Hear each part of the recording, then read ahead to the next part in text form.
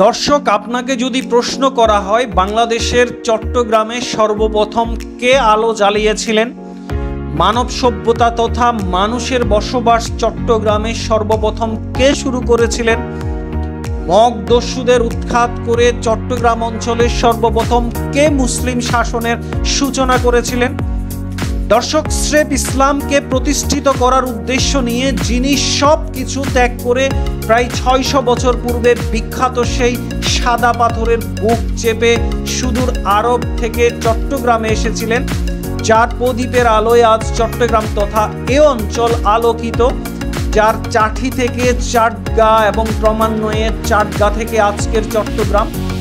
দর্শক, আমরা কি মনে রেখেছি চট্টগ্রামের ভিত্তি ও সভ্যতা স্থাপনকারী সেই ত্যাগী মানুষটিকে, যেই ১২ আউলিয়ার বিরামহীন ত্যাগে আজ আমরা গর্বিত মুসলিম পরিবারের একজন, যার সংগ্রামে আমরা পেয়েছি চট্টগ্রাম, ইসলাম প্রচারে যিনি নিজের সব কিছু উজাড় করে দিয়েছেন। তো চলুন ঘুরে আসি চট্টগ্রামের অস্তিত্বের সাথে জড়িত হযরত বদর আউলিয়া রহমতুল্লাহ এর প্রাচীনতম উঠান থেকে।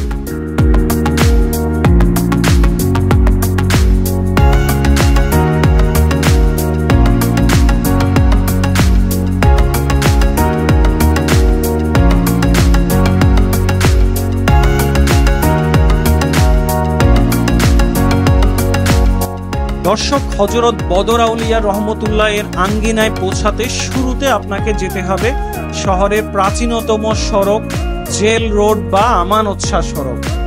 কিছু দূর এগিয়ে গেলে এই সড়কের উত্তরেই পাবেন আপনি বদরপাতি সড়ক বা বদরপাতি রোড।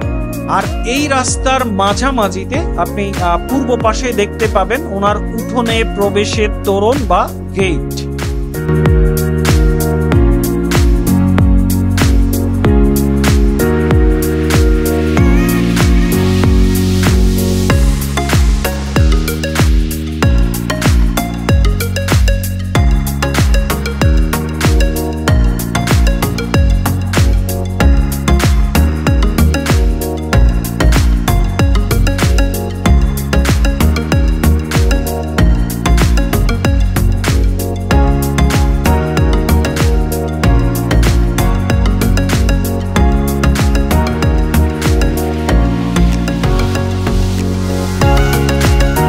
দর্শক, অবশেষে আমরা পৌঁছালাম হযরত বদর আউলিয়া রহমতুল্লাহ এর আঙ্গিনায়। ভেতরে প্রবেশ করে শুরুতেই আমরা খোঁজ করলাম এখানকার দায়িত্বশীল খাদেম অথবা মোতোয়াল্লির। তো চমৎকার বৈশিষ্ট্যপূর্ণ এখানকার দায়িত্বশীলগণ অত্যন্ত আন্তরিকভাবে আমাদেরকে স্বাগত জানালেন এবং এখানকার সকল খুঁটিনাটি আমাদেরকে নিজেরা থেকে সশরীরে ঘুরিয়ে দেখালেন।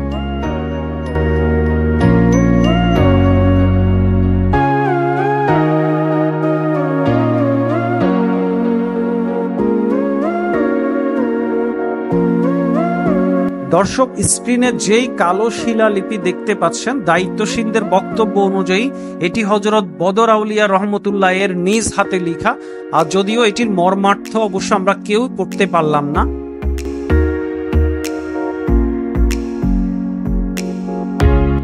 দর্শক, এটি হলো বিখ্যাত প্রত্যাশিত সেই সাদা পাথর, যে পাথরে পানির বুক চেপে উনি সুদূর আরব থেকে প্রায় ৬০০ বছর পূর্বে বাংলাদেশে এসেছিলেন। আপনাদের জ্ঞাতার্থে বলছি, বাংলাদেশের যে দুজন আউলিয়া ইসলাম প্রচারের উদ্দেশ্যে পাথর চেপে এসেছিলেন এর মধ্যে একজন হলেন হযরত বদর আউলিয়া রহমতুল্লাহ এবং অন্যজন হলেন হযরত মহসেন আউলিয়া রহমতুল্লাহ, এবং সম্পর্কে ওনারা দুজন মামা ভাগ্নে। আপনাদেরকে আরেকটি তথ্য শেয়ার করতে চাই, এই পাথরে চেপে উনি চট্টগ্রামের যেই অংশে কিনারে এসে পৌঁছান সেটি হলো পাথরঘাটা। মূলত এই পাথরের নামে উক্ত স্থানের নাম পাথরঘাটা নামকরণ করা হয়।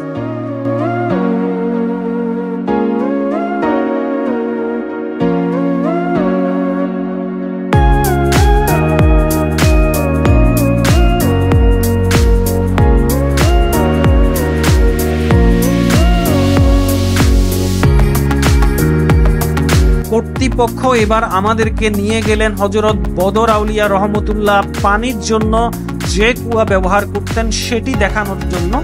বর্তমানে এটিকে কাঁচ দিয়ে ঘেরাও করে রাখা হয়েছে।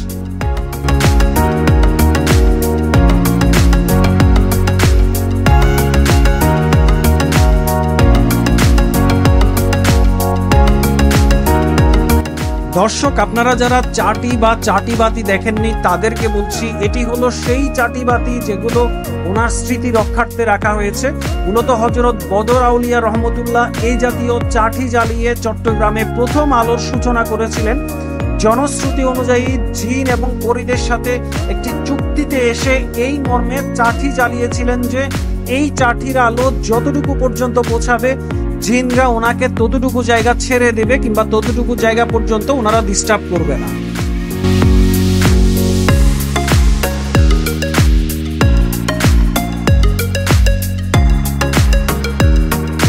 স্ক্রিনে যে কবরটি দেখতে পাচ্ছেন এটি হলো হযরত বদর আউলিয়া রহমতুল্লাহ এর ছেলে হযরত আতিউল্লাহ শাহ এর কবর, যা ঠিক হযরত বদর আউলিয়া রহমতুল্লাহ এর কবরের পেছনে রয়েছে।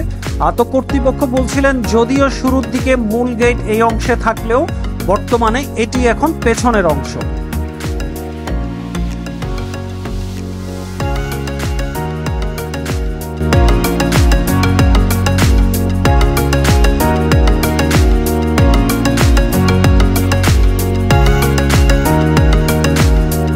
রয়েছে মহিলাদের জন্য জিয়ারতের আলাদা অংশ, স্টোর রুম এবং আমরা দেখতে পেলাম উপস্থিত লোকজনের খাবারের জন্য রান্নার আয়োজন।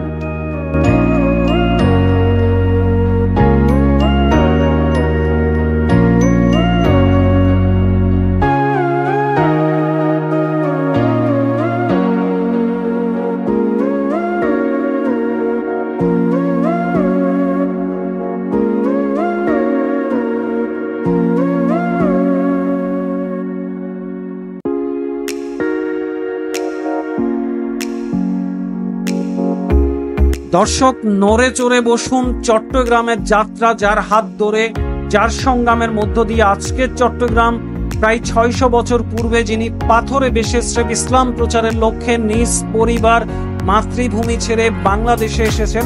আমরা দেখতে যাচ্ছি হযরত বদর আউলিয়া রহমতুল্লাহ আজ যেখানে শায়িত আছেন।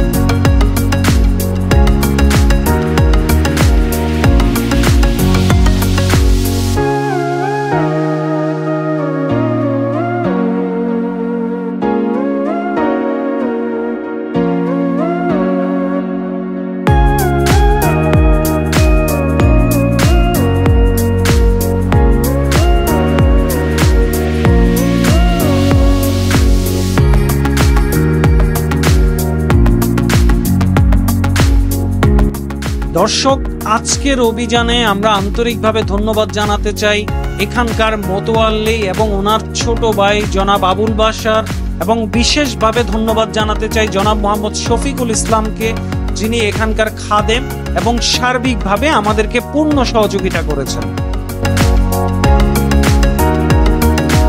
দর্শক, হযরত বদর আউলিয়া রহমতুল্লাহ এর আঙ্গিনা থেকে বের হলাম। আপনাদেরকে একটি কথা বলতে চাই, চট্টগ্রাম যদি কখনো আপনাকে কিছু দিয়ে থাকে তাহলে অন্তত একবার মন থেকে হযরত বদর আউলিয়া রহমতুল্লাহকে সালাম জানাতে ভুলবেন না। আজকের অভিযান আমরা এখানেই শেষ করছি। আশা করছি শীঘ্রই নতুন কোনো এক্সপেডিশন নিয়ে আবারও দেখা হবে। তো দর্শক, যে যেখানে আছেন সবাই ভালো থাকবেন। আপনাদের প্রত্যেকের ব্যক্তিগত নিরাপত্তা প্রত্যাশা করি। আসসালামু আলাইকুম।